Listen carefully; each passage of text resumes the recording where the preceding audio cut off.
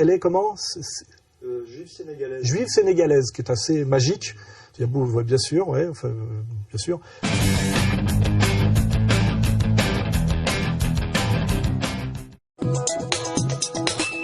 Nouvelle agression antisémite. Un adolescent de 17 ans scolarisé à l'école juive d'Ozar HaTorah à Toulouse a été pris pour cible par 2 individus dans un train mercredi soir entre Toulouse et Lyon. Pris à partie, insulté, il aurait été roué de coups à bord du train. Les 2 agresseurs présumés ont été interpellés peu de temps après dans un bureau de recrutement de l'armée de terre. Ils ont été placés en garde à vue. Il y a eu un attentat, celui d'Ozar HaTorah, et maintenant, dans un train, en France, sans qu'une personne n'ait fait quoi que ce soit, il se retrouve littéralement lynché parce qu'il est juif. Parce qu'il est juif, en sachant que cet élève-là avait déjà vécu un traumatisme d'Ozar HaTorah. L'adolescent a une interruption temporaire de travail de 8 jours. Il a déposé plainte et ce n'est pas un cas isolé. Car selon le ministère de l'Intérieur, les actes et menaces antisémites ont augmenté de 46% de janvier à avril 2012 par rapport à l'an dernier. On a manifesté, on a protesté, on a déposé des plaintes, on a pleuré. Je fais état des craintes de la communauté juive. Au lendemain de leur arrestation, les 2 agresseurs présumés du train Toulouse-Lyon ont vu leur garde à vue prolongée aujourd'hui. Les enquêteurs doivent en effet déterminer si l'agression dont a été victime un jeune lycéen juif mercredi soir peut être caractérisée d'antisémite. Oui, ce soir, ce sont certaines sources judiciaires qui se montrent prudentes. Selon ces sources, le caractère antisémite de l'agression n'est pas encore avéré, et tout cela à cause de témoignages contradictoires. Le jeune Yacine, il y est pour rien du tout, quoi. Mais alors, pour rien du tout. C'est le jeune juif Lior qui a foutu le bordel, en fait. Le premier coup qui a été porté l'a été par Lior. Et tous les autres témoignages sont en faveur de Yacine.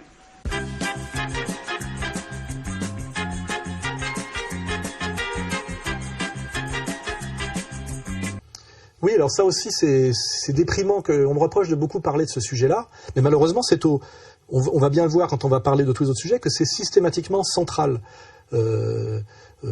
Normalement, on ne devrait pas en parler. Il n'y a pas d'antisémitisme en France. Les Juifs sont 1% de la population française. Ils sont sociologiquement les mieux nantis et les mieux lotis de France en termes de communauté, sans doute aussi à cause de leur qualité indéniable. Hein, c'est un peuple d'élite, sûr de lui-même, comme l'avait dit le général de Gaulle, également dominateur. Mais bon, ça c'est un autre sujet.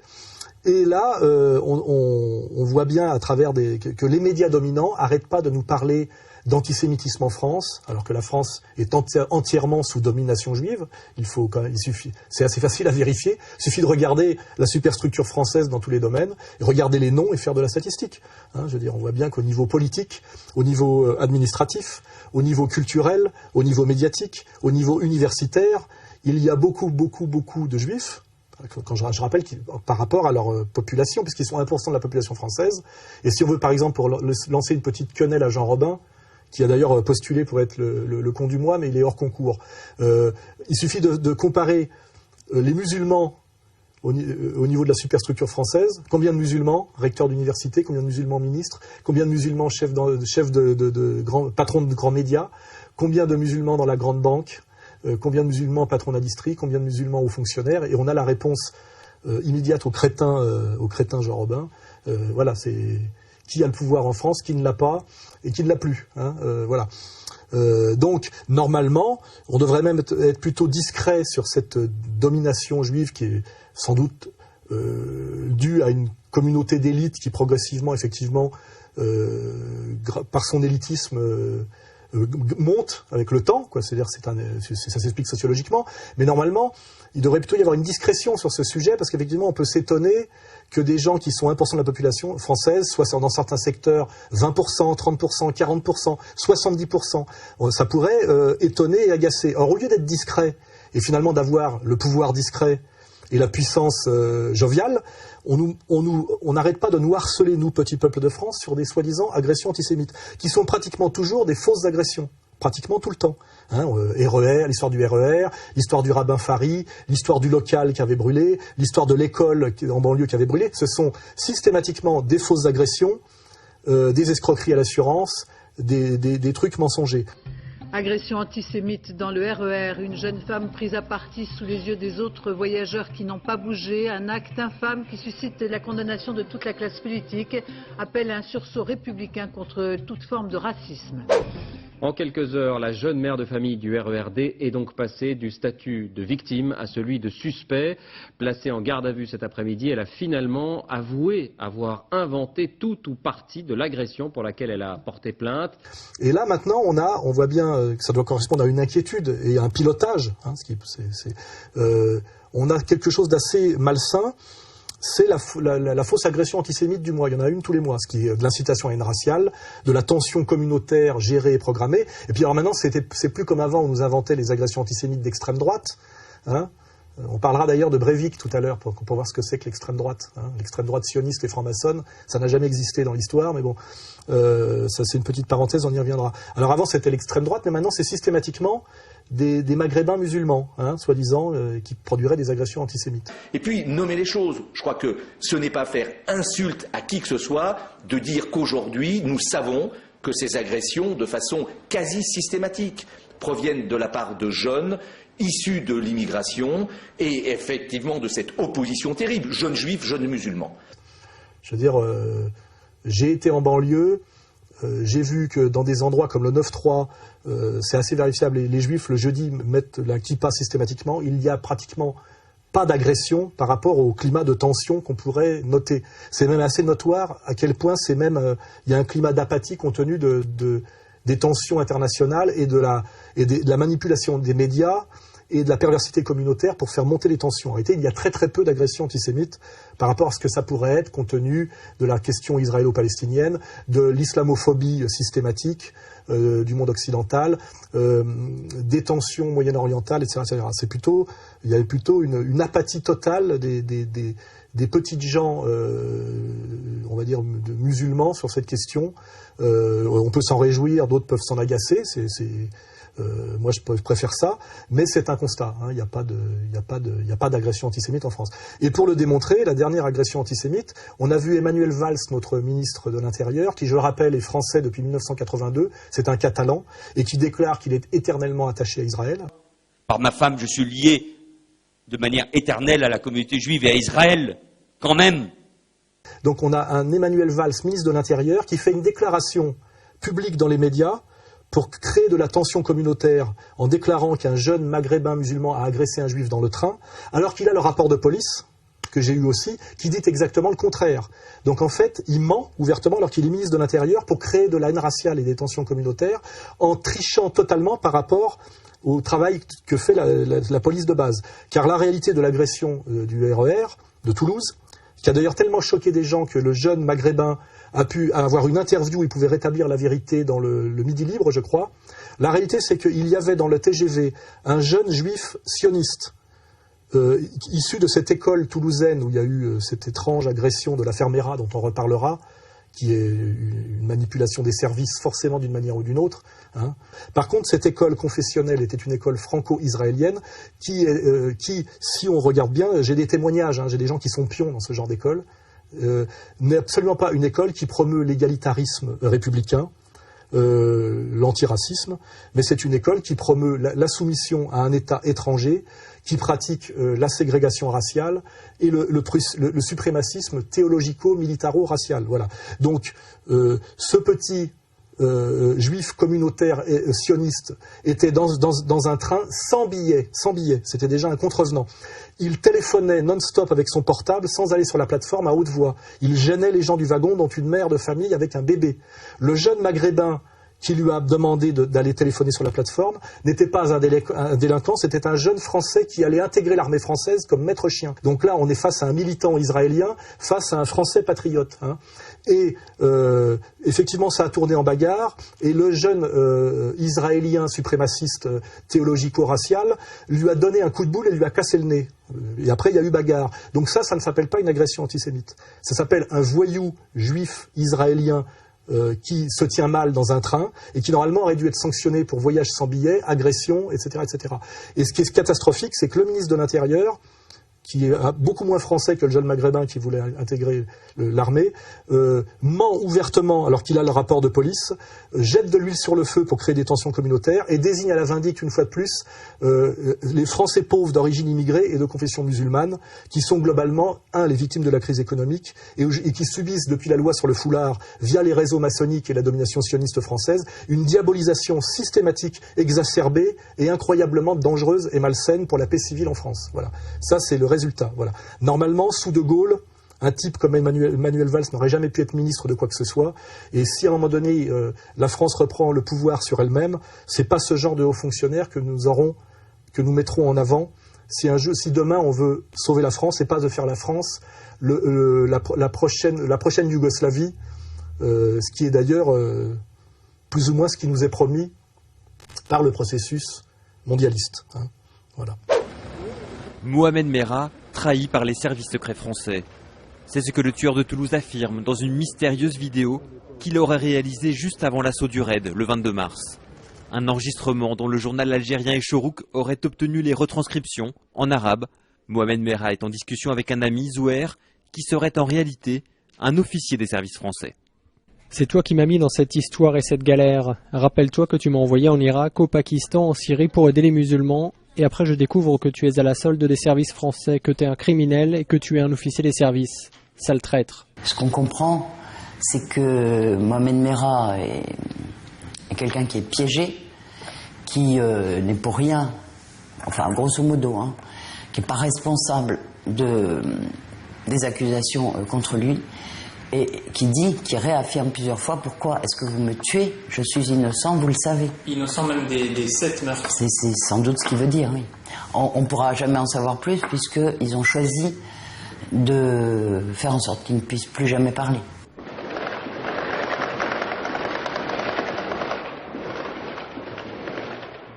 Personne ne peut savoir ce qui s'est réellement passé parce que ce qui est sûr, comme le dit très bien Choprade, c'est que tout djihadiste de banlieue est un type qui est dans les mains des services. Choprade l'a très bien dit. L'hypothèse, moi, que je défends depuis longtemps et qui est attestée par l'histoire dans de nombreux cas, c'est que le terrorisme, c'est d'abord un fait étatique. C'est d'abord le fait de services de renseignement. On infiltre les milieux radicaux, qu'ils soient d'extrême droite, d'extrême gauche, islamistes, tout ce que vous voulez, ultra-religieux. On les infiltre.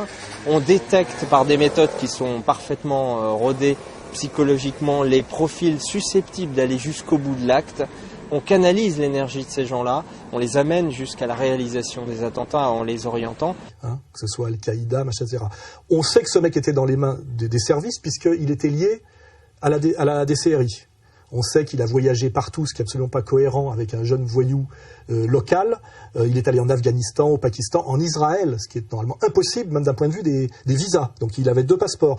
Donc c'était plus ou moins à l'insu de son plein gré, un agent manipulé, qu'il ait fait quelque chose ou qu'il ait rien fait, de toute façon, il a été instrumentalisé de A à Z. C'est une sorte de Lee Harvey Oswald. Il est possible même qu'il n'ait rien fait du tout, à part servir de prétexte, se faire assassiner et aider peut-être à la réélection de Sarkozy en période électorale. On saura peut-être un jour la vérité, parce que si c'est une manipulation sarkozyste, peut-être que certains fonctionnaires honnêtes et fonctionnaires de gauche ont intérêt à ce que ça se sache.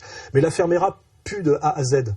Donc au mieux, taisons-nous sur l'affaire Merah, mais n'accréditons pas la thèse d'un jeune djihadiste représentatif des jeunes de banlieue dont le but était d'assassiner des enfants à la sortie des écoles et qui aurait été un électron libre. C'est absolument faux. Il est évident que cette affaire pue de A à Z. Il était entièrement manipulé par les services, une fois de plus pour diaboliser les musulmans, manipulé toujours dans le même sens et pour les mêmes. Et de façon, au niveau des... toujours contre l'intérêt supérieur de la France, qui n'est pas, comment dirais-je, l'exacerbation des tensions communautaires, mais au contraire la réconciliation nationale sur quelque chose qui finalement n'existe pas, mais j'aimerais bien que ça existe, qui s'appelle la République française, une et indivisible, qui ne reconnaît que des individus et l'État, et rien entre l'individu et l'État, donc qui ne reconnaît pas les communautés. Je le rappelle pour les gens qui vont la haute fonction publique française qui va se prosterner au dîner du CRIF. Tout ça n'existe pas normalement dans la Constitution française. C'est contraire à la Constitution française, je le rappelle. Donc la fin de la digression sur Merah. Et là, on peut aller un peu plus loin, puisque fausse agression antisémite, on est toujours dans celui-là. Par contre, vraie ratonnade, c'est l'affaire Bouarara. C'est ici, dans le canal de l'Ourcq, à l'arrière du magasin de bricolage, que le corps du vigile a été retrouvé. Saïd, âgé de 36 ans, était porté disparu depuis mardi. Ce soir-là, vers 19h30, à l'heure de la fermeture, le maître chien refuse l'accès à un couple. Ce dernier appelle des amis en renfort. Le ton monte, s'ensuit une altercation avec le vigile, des insultes, bousculades et des échanges de coups. Très rapidement, 6 personnes de confession juive, âgées de 19 à 27 ans, sont interpellées et placées en garde à vue. Je n'ai pas fait un geste. Là, j'ai rien vu. En arrivant, il y a un an, mon mari il a donné la mort pour vous. Je suis désolée, je le dis. Est-ce qu'il y a eu au moins une petite affiche? Au moins pour son fils. Rien. C'est fatigant. Moi, je suis fatiguée. Ça fait un an que je me bats. J'ai même passé une annonce pour m'aider à payer un avocat. Personne qui m'a aidé. Donc en fait, la justice n'a pas fonctionné. Les associations antiracistes n'ont pas fonctionné. Voilà. La solidarité musulmane n'a pas fonctionné non plus. Ce qui d'ailleurs, ça veut dire qu'il n'y a peut-être pas tant de communautarisme musulman que ça finalement. Oui, il y a de la peur. De la peur, c'est bien de le dire, oui. On a trouvé un avocat à la veuve. On fera bientôt une vidéo avec Dieudonné où on fera parler un des avocats pour nous raconter tous les dysfonctionnements du dossier.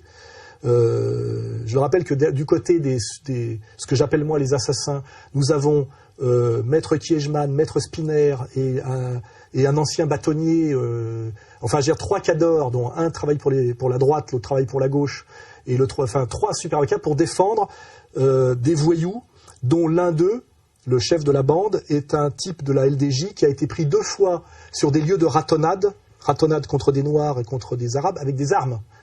Voilà. Et malgré tout, on a essayé de requalifier cette affaire en accident, c'est-à-dire même pas en homicide. Voilà. Donc là, on est face à une vraie ratonnade où des extrémistes sionistes font mourir de noyade un pauvre maître chien qui faisait la sécurité pour un bricorama ou je sais pas trop quoi. Donc ça, c'est bien identifié. Et on nous vend en permanence des agressions antisémites de maghrébins musulmans.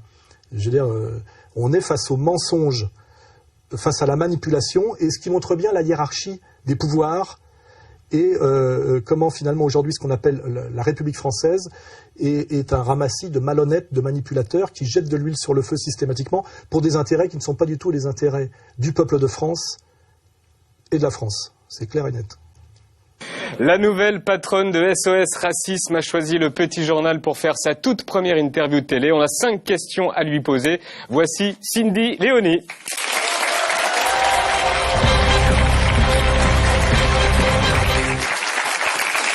Bonsoir Cindy, bienvenue sur le plateau du Petit Journal. Vous êtes la toute première invitée de cette saison. Les expulsions de Roms, c'est raciste ? Les expulsions de Roms telles qu'ils sont faits aujourd'hui posent quand même pas mal de questions. Dire que c'est raciste à proprement parler, alors j'entends déjà Manuel Valls répondre qu'il applique des décisions de justice. Maintenant, c'est aussi de savoir est-ce que tout un chacun doit être considéré à égale dignité. Je dis oui, encore oui.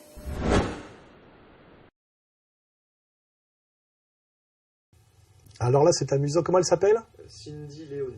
Alors on nous a vendu on a eu l'ignoble Sopo qui a fini par dégager, qu'on appelait soppositoire, soporifique.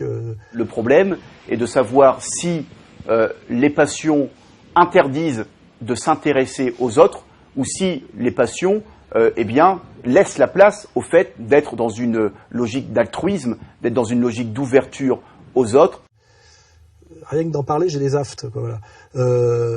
Et là, on a une nouvelle qu'on nous présente. Elle est comment ? Juive sénégalaise. Juive sénégalaise, qui est assez magique. Bien sûr, ouais, bien sûr. Je pense que c'est le lobby sénégalais qui s'est servi finalement d'une pauvre juive manipulée pour effectivement que les gens issus de l'immigration africaine puissent avoir le contrôle sur quelque chose qui en dernière instance les défend, qui est SOS Racisme. J'ai mis moi-même, qui vient de l'extrême gauche couillonne, comme Monsieur Rouillant, dont on parlera plus tard, des années pour savoir que Harlem Désir était en fait un juif ashkénaze alsacien qui avait été mis là par le Parti socialiste pour rouler dans la farine des mouvements légitimes au départ, on le sait, qui s'appelait au départ la Marche des Beurs, venue de la banlieue lyonnaise, je crois, de Vénissieux, et qui était d'ailleurs au départ quelque chose fait par un prêtre ouvrier, quelque chose de très sain. On sait comment ça a été entièrement retourné, manipulé par le Parti socialiste et les étudiants juifs de France via le collectionneur de montres Julien Drey, qui a échappé, qui a eu un rappel à la loi, mais dont on rappellera qu'il était capable à un moment donné d'acheter des montres à complications, 250 000 francs en liquide, sans pouvoir justifier d'où venait l'argent. Donc on est bien dans quelque chose, dans un système bien sale, bien laid. Et donc moi j'ai mis des années à comprendre ce qu'était SOS Racisme. Et finalement SOS Racisme c'est toujours la même chose. C'est finalement ce que Ouria Boutelja appelle l'indigénat. Mais finalement elle me montre moi ou le Front National, c'est eux qu'il faut qu'elle montre. Voilà. Finalement ça prolonge ce qu'était l'Algérie après le décret Crémieux. C'est finalement nous avons une petite communauté qui en manipule une autre. Au service de l'Empire. Avant, c'était finalement ces Maghrébins de confession juive, puisque c'était des Berbères, finalement qui par le décret Crémieux étaient chargés de gérer finalement les indigènes, alors qu'ils étaient au départ ils étaient leurs propres concitoyens, hein, et ce qui, à mon avis, est le départ de la haine anti-française de la part de l'immense majorité des musulmans algériens. Donc finalement, on est là effectivement dans l'indigénat. Les indigènes de la République, ça a un sens à ce niveau-là. C'est la manière dont on se fout de la gueule des Français d'origine immigrée, essentiellement maghrébins et subsahariens, en les mettant systématiquement sous la tutelle de juifs issus en général des élites du parti socialiste via les étudiants juifs de France. Et là, on a cette petite Cindy Léonie, qui doit être très très légitime en banlieue, et qui doit venir de banlieue, qui doit bien connaître le sujet, et qui est, judéo-sénégalaise. Hein. Voilà, exactement comme Dieudonné et camerouno-nazi. Hein. C'est à peu près aussi crédible. Voilà. Donc là, on est dans la grosse farce, dans la grosse plaisanterie de la grotesque domination et que je démontre moi, de cette espèce de hiérarchie communautaire en France, ce mensonge républicain parfaitement malsain et illégitime. Voilà. 16 policiers ont donc été blessés la nuit dernière dans des affrontements à Amiens-Nord. Une centaine de jeunes ont dévasté plusieurs bâtiments du quartier, dont une école maternelle. Scène de désolation ce matin, filmée par Sylvie Pinatel et Yves Le Bacon. L'école maternelle du quartier Balzac est calcinée. De l'avis des habitants et des forces de police, les affrontements de la nuit dernière ont été beaucoup plus violents qu'à l'habitude. Ils ont monté dans les étages, puis les appartements qui sont vides, ils ont cassé toutes les portes, tous les vitres ils sont à terre et puis tout. Ils, ce sont les jeunes, une centaine environ. On était tous en train de manger tranquillement. Tout d'un coup, des policiers sont venus faire un contrôle routier. Un contrôle routier très agressif. Donc au lieu de demander les papiers gentiment, ça a été agressif. Donc il y a eu un attroupement et ça a dégénéré en moins de 2 secondes. Les policiers nous ont tiré dessus sans rien comprendre. On n'est pas des animaux. Donc maintenant, il faut rétablir la vérité sur toutes les chaînes de télé. La violence qu'il y a eu hier, c'était une violence de colère pour se faire entendre. Parce qu'on ne se fait jamais entendre. Quoi qu'on dise, on ne se fait jamais entendre. Ça a démarré d'un véhicule qui a fait un refus d'obtempérer à des fonctionnaires de police et qui a ensuite été interpellé dans le quartier. Donc endroit sensible, hein, le lieu sensible, où une quarantaine d'individus s'en sont pris aux forces de l'ordre, alors que le contrôle en lui-même se déroulait correctement. Toujours de la faute de la police, mais là le contrôle, apparemment ce qui en ressort a été justifié. Après le problème c'est qu'il y a eu lieu effectivement dans ce quartier Fafé où il est impossible d'intervenir et d'être présent tout simplement.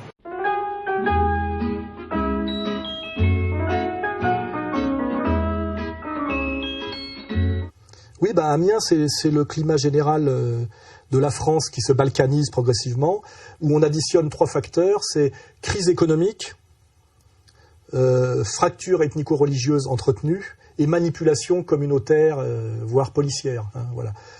Manuel Valls est allé faire son numéro là-bas, il s'est fait d'ailleurs très mal recevoir, à juste titre.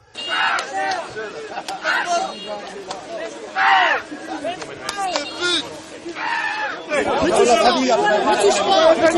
Vous n'avez rien à faire ici. Ça s'est passé là-bas, ok? Calmement, je vais voir les élus d'abord.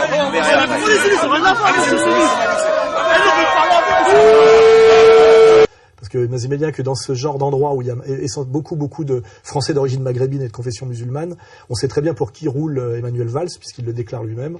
Et effectivement, on se doute bien qu'il n'est pas là pour aider ces pauvres gens. Alors il y a plusieurs aspects effectivement dans cette affaire. L'histoire en fait c'est un contrôle de police tout à fait justifié sur des délinquants, parce que ce sont des zones de non-droit maintenant où on roule en scooter à plusieurs sans casque, etc. Avec un contrôle de police musclé qui se passe à côté d'un enterrement communautaire. Et effectivement immédiatement ça pète, puisque la famille d'origine maghrébine et musulmane qui enterrent se sont agressés par les policiers. Les policiers se sentent légitimes dans leur travail de maintien de l'ordre.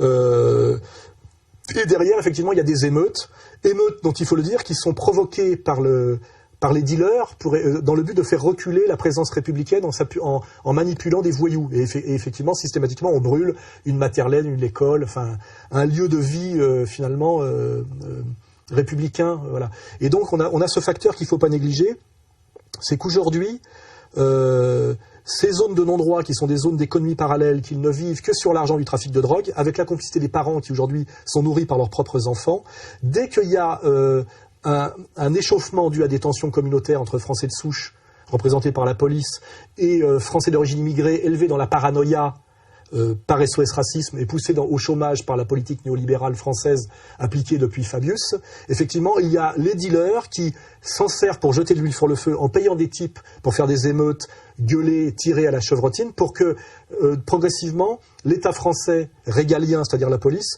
se retire de ces territoires pour les laisser entièrement au pouvoir des bandes de trafiquants de drogue, ce qui nous ramène finalement à Pablo Escobar, et ce qui nous ramène à la situation mexicaine, et c'est ça qui se passe aujourd'hui en France, partout dans les banlieues de Grenoble, banlieues parisiennes, etc., c'est-à-dire la prise du pouvoir économique, puis politique, des bandes de délinquants qui sont passés de la petite délinquance au grand banditisme et au gros trafic de drogue, hein. Et d'ailleurs, on l'a vu récemment, au sommet de ce trafic de drogue aujourd'hui, qui est essentiellement le trafic de la cocaïne, nous avons quelque chose dont on n'a pas trop le droit de parler, ce qu'on appelle la mafia juive. Hein. On le voit dans l'affaire Néret, on le voit sur l'affaire grenobloise, c'est tout à fait véritable. Au sommet de cette pyramide, finalement, comme au sommet de SOS Racisme, il y avait Julien Drey et cet argent qui ne peut pas justifier, en liquide.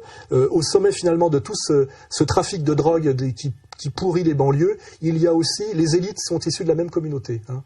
Avec l'impunité israélienne, la technique bancaire et effectivement cette intelligence supérieure, le sale boulot, les flingueurs sont faits par les petits maghrébins de très jeunes, mais les cadres, les intelligences, les organisateurs sont en général issus de la communauté qu'on n'a pas le droit de nommer. Ce n'est pas de l'antisémitisme, c'est de la vérification sociologique appuyée sur des enquêtes de police. C'était même récemment dans Marianne, je crois. On arrive à trouver ça aujourd'hui maintenant dans Marianne, qu'on a peut-être marre, qu'on appelle Myriam, et qui essaye finalement de répondre finalement aux vœux républicains qui est de son fondateur, Jean-François Kahn. Ils osent sortir de plus en plus des trucs dans Marianne 2, sur la Syrie, sur ce genre de bande mafieuse, etc. On a ça aujourd'hui, bizarrement, dans Marianne et même parfois dans Rue 89, qui fait pas que de l'apologie de la fistinière. De temps en temps, ils sortent un truc un peu honnête sur ce genre de sujet. Voilà. Donc moi, tout ce que je dis est sourcé de A à Z, hein. Il n'y a jamais d'incitation à la haine ou de quoi que ce soit. C'est un froid constat sociologique qui d'ailleurs montre du doigt en général des minorités, des élites corrompues, des élites illégitimes et jamais des communautés, que ce soit la communauté française de souche, la communauté catholique, la communauté juive de base ou la communauté maghrébo-musulmane de base. Hein. J'évite toujours ce genre d'amalgame qui est fait par contre systématiquement par les autres. Hein. Voilà. Je le dis pour ceux qui seraient tentés de m'envoyer au tribunal. J'ai deux manières de me défendre, c'est mon érudition, mon honnêteté et ma popularité. Voilà. Vous voyez ce que je veux dire ? Douce France, cher pays de mon enfance.